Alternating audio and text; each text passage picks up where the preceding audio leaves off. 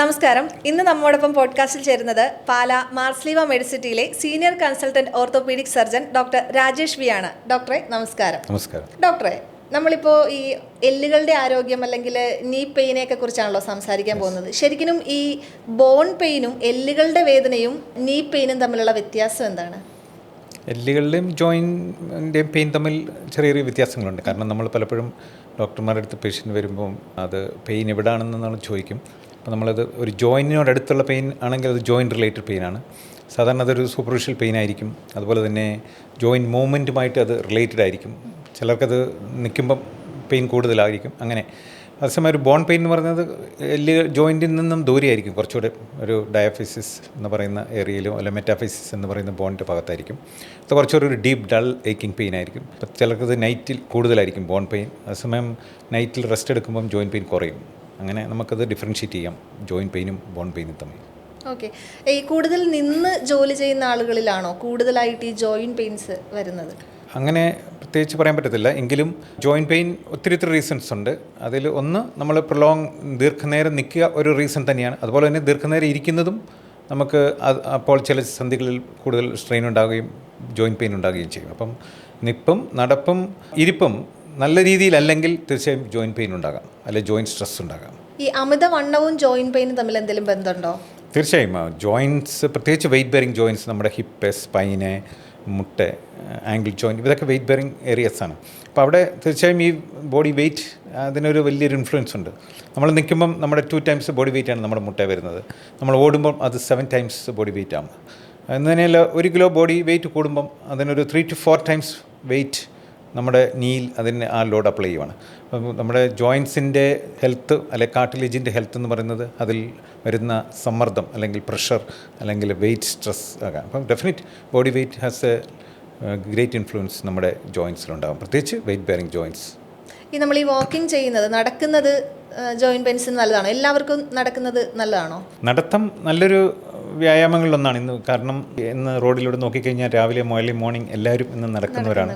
കാരണം അതിന്ന് medical health wellness ഇതിൻ്റെ ഏറ്റവും വലിയ അഡ്വൈസുകളിലൊന്നാണ് രാവിലെ നടക്കുക എന്നുള്ളത്.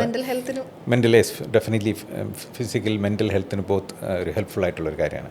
നടത്തത്തിലൂടെ തീർച്ചയായും നമ്മുടെ ജോയിൻസ്, നടത്തം വലിയൊരു ഹൈ ഇമ്പാക്റ്റ് എക്സസൈസ് അല്ല, ആക്ച്വലി വെരി ലോ ഇമ്പാക്റ്റ് നമ്മുടെ ജോയിൻസിൽ വരുന്നുള്ളൂ, പ്രത്യേകിച്ച് ലോവർ ജോയിൻസിൽ, മുട്ടിന്, ഹിപ്പിനൊക്കെ. അപ്പം നടത്തം എപ്പോഴും തീർച്ചയായും നല്ലൊരു വ്യായാമമാണ്. നടത്തത്തിലൂടെ നമ്മുടെ ജോയിൻസിന് മൊബിലിറ്റി കിട്ടും.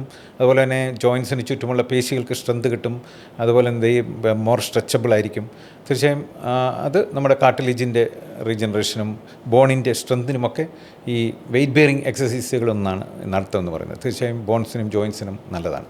ഡോക്ടർ, അതുപോലെ ഈ കൈക്കും കാലിനും വേദനയൊക്കെ ഉള്ളവർ, അത് ഈ ആർത്രൈറ്റിസ് ആണോ അല്ലാത്ത വേദനയാണോ എന്ന് എങ്ങനെയാണ് തിരിച്ചറിയാൻ പറ്റുക? ആർത്രൈറ്റിസ് ശരിക്കും എത്ര തരമുണ്ട്?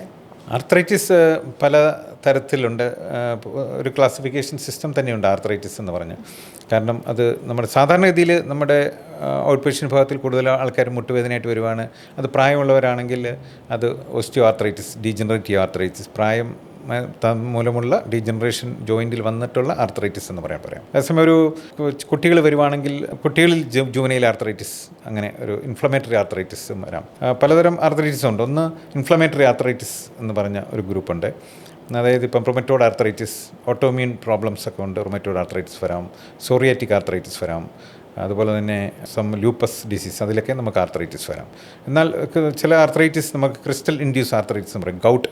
അതുപോലെ നമ്മുടെ യൂറിക് ആസിഡ് ക്രിസ്റ്റൽസ് അടിഞ്ഞ് നമുക്ക് ജോയിൻസിലുണ്ടാകുന്ന ക്രിസ്റ്റൽ ഇൻഡ്യൂസ് ആർത്രൈറ്റിസ് എന്ന് പറയാം. പിന്നെയുള്ള ഇൻഫെക്റ്റീവ് ആർത്രൈറ്റിസ്, നമ്മളെ ബാക്ടീരിയൽ ഇൻഫെക്ഷൻ മൂലമോ മറ്റ് വൈറൽ ഇൻഫെക്ഷൻ മൂലമൊക്കെ നമുക്ക് ചിലപ്പം ജോയിൻസിനകത്ത് സ്വെല്ലിങ്ങും പനിയും അങ്ങനെയൊക്കെ ഉണ്ടാകും. അത് ഇൻഫെക്റ്റീവ് ആർത്രൈറ്റിസ്.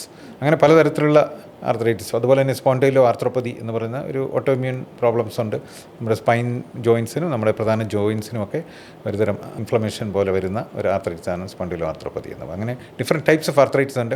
ഓരോ ഏജിലും അനുസരിച്ച് ഡിഫറെൻറ്റ് ടൈംസ് വരാം ആർത്രൈറ്റിസിൻ്റെ പാറ്റേൺ. ഈ ആർത്രൈറ്റിസ് കണ്ടുപിടിക്കാനായിട്ട് ഡയഗ്നോസിസ് ചെയ്യുന്നത് എങ്ങനെയാണ്? എന്തെങ്കിലും പ്രത്യേക ടെസ്റ്റുകളുണ്ടോ? നമ്മൾ പ്രധാനമായും ഹിസ്റ്ററി, ഒരു പേഷ്യൻ്റ് വരുമ്പം ഒരു ജോയിൻസിന് പെയിൻ പറയാം, ചിലപ്പോൾ അത് മൾട്ടിപ്പിൾ ജോയിൻസിന് പെയിൻ പറയാം. അപ്പോൾ തന്നെ നമ്മളൊരു കൺക്ലൂഷനിലെത്തും ഏതുതരം ആർത്രൈറ്റിസിലേക്കാണ് പോകുന്നത്. ചില ആർത്രൈറ്റിസ് സിംഗിൾ ജോയിൻറ്റിലായിരിക്കും പ്രത്യക്ഷപ്പെടുന്നത്, ചില ആർത്രൈറ്റിസ് മൾട്ടിപ്പിൾ ജോയിൻസിലായിരിക്കും. ചിലപ്പം ഇത് നമ്മുടെ പ്രധാന ജോയിൻസ്, മുട്ട്, ഇടുപ്പ്, ആങ്കിൾ, അങ്ങനെ ചിലത് നമ്മുടെ small joints of the hands, അങ്ങനെയായിരിക്കും ഇതൊക്കെ എക്സ്പ്രസ് ചെയ്യുന്നത്. അപ്പം ഏതുതരം ആർത്രൈറ്റിസ് എന്ന് കണ്ടുപിടിക്കുന്ന ഒരു ക്ലിനിക്കൽ ഹിസ്റ്ററിയിൽ നിന്ന് ആണ് ഡെഫിനിറ്റ്. കാരണം എത്ര നാളായി, ക്രോണിക് ആർത്രൈറ്റിസ് ആണോ, അക്യൂട്ട് പ്രസൻറ്റേഷൻ ആണോ, പനിയുണ്ടോ, ഇൻഫെക്റ്റീവ് ആർത്രൈറ്റിസിലൊക്കെ പനി ഉണ്ടാകും, മറ്റ് എന്തെങ്കിലും ഇഞ്ചുറീസ് ഉണ്ടായോ, അങ്ങനെയുള്ള ചിലപ്പം ജോയിൻറ്റിനകത്തൊരു ബ്ലീഡ് വന്നത് ഹീമാർത്രോസിസ് ആർത്രൈറ്റിസ് വരാം. അങ്ങനെ ആ ലക്ഷണങ്ങളിൽ നിന്ന്, ക്ലിനിക്കൽ പരിശോധനയിൽ നിന്നും ഹിസ്റ്ററിയിൽ നിന്നുമാണ് നമ്മളൊരു കൺക്ലൂഷൻ എത്തും എന്തുതരം ആർത്രൈറ്റിസ് ആണ്. തീർച്ചയായും പിന്നെയുള്ള എക്സ്റേ പരിശോധന, വളരെ ചുരുക്കം ചിലർക്ക് MRI പരിശോധന, അങ്ങനെയുള്ള മൊഡാലിറ്റീസ് വേണ്ടി വരും. നമ്മുടെ ഡയഗ്നോസ് കൺഫേം ചെയ്യാനും നമ്മുടെ ട്രീറ്റ്മെൻറ്റിനെ ഒരു ഗൈഡ് ലൈൻ ഉണ്ടാക്കാനും ഇതുപോലുള്ള ഇൻവെസ്റ്റിഗേഷൻസ് വേണ്ടി വരാം. ഡോക്ടർ ഒരു ഓർത്തോപീഡിക് സർജൻ ആണല്ലോ, അപ്പോൾ ഈ സർജറി പറഞ്ഞേക്കുന്ന കേസുകളിൽ ഇപ്പം ഇഷ്ടംപോലെ ഇഞ്ചെക്ഷൻസ് ഒക്കെ അവൈലബിൾ ആണല്ലോ, അപ്പോൾ സർജറി ഇല്ലാതെ തന്നെ ഇഞ്ചെക്ഷനിലൂടെ ബോണിൻ്റെ ഡിസീസസ് ഓക്കെ ആവുമോ? ബോൺ ഡിസീസ് സന്ധികളെ സംബന്ധിച്ചാണ് ചോദ്യം എങ്കിൽ, ആർത്രൈറ്റിസ് ജോയിൻറ്റ് നമ്മൾ സാധാരണ രീതിയിൽ സർജറി, ഇപ്പം മുട്ടുമാറ്റി വെക്കൽ സർജറി, അതൊക്കെയാണ് പ്രായമാവുന്നവർക്ക് മുട്ടിൻ്റെ തേയ്മാനം മൂലമുണ്ടാകുന്ന ഒരു ട്രീറ്റ്മെൻറ്റായിട്ട് പറയുന്നത്. പലപ്പോഴും ആ ഓരോ ഗ്രേഡുണ്ട്, നമ്മൾ ഗ്രേഡിങ് ചെയ്തിട്ടുണ്ട്. എപ്പോഴാണ് സർജറി ചെയ്യേണ്ടത്, എപ്പോഴാണ് മെഡിക്കൽ ട്രീറ്റ്മെൻറ്റ്, എപ്പോഴാണ് മറ്റ് മൊഡാലിറ്റീസ് ഫോർ ട്രീറ്റ്മെൻറ്റ് വേണമെന്ന ഒരു ഗ്രേഡിങ് സിസ്റ്റം ബേസിലാണ് ട്രീറ്റ്മെൻറ്റ് പോകുന്നത്. 1, 2, 3, 4 എന്നാണ്. അതൊരു ഗ്രേഡ് 4 സ്റ്റേജ് വരുമ്പോഴാണ് നമ്മൾ, അതായത് വേദന, അതുപോലെ ഡിഫോമിറ്റി, നടക്കാൻ ബുദ്ധിമുട്ട്, അങ്ങനെയൊക്കെ വരുമ്പോഴാണ് നമ്മൾ ജോയിൻറ്റ് റീപ്ലേസ്മെൻറ്റ് സർജറിയിലേക്ക് പോകുന്നത്. അപ്പോൾ അതിന് മുമ്പുള്ള സ്റ്റേജ് ഗ്രേഡ് 1, 2 സ്റ്റേജിൽ തീർച്ചയായും സർജറിയുടെ ആവശ്യമില്ല. അവിടെ നമ്മൾ ശരിക്കും ജോയിൻറ്റ് സപ്ലിമെൻറ്റ്സ് ഇപ്പോൾ അവൈലബിൾ ആണ്. അതുപോലെ തന്നെ നമ്മുടെ ജോയിൻറ്റ്സും അതിനോട് ചേർന്നുള്ള ബോൺസ് ബലപ്പെടുത്തുന്ന വൈറ്റമിൻ ഡി, കാൽസ്യം, അങ്ങനെ ഉള്ള സപ്ലിമെൻറ്റ്സ് ഉപയോഗിക്കാം.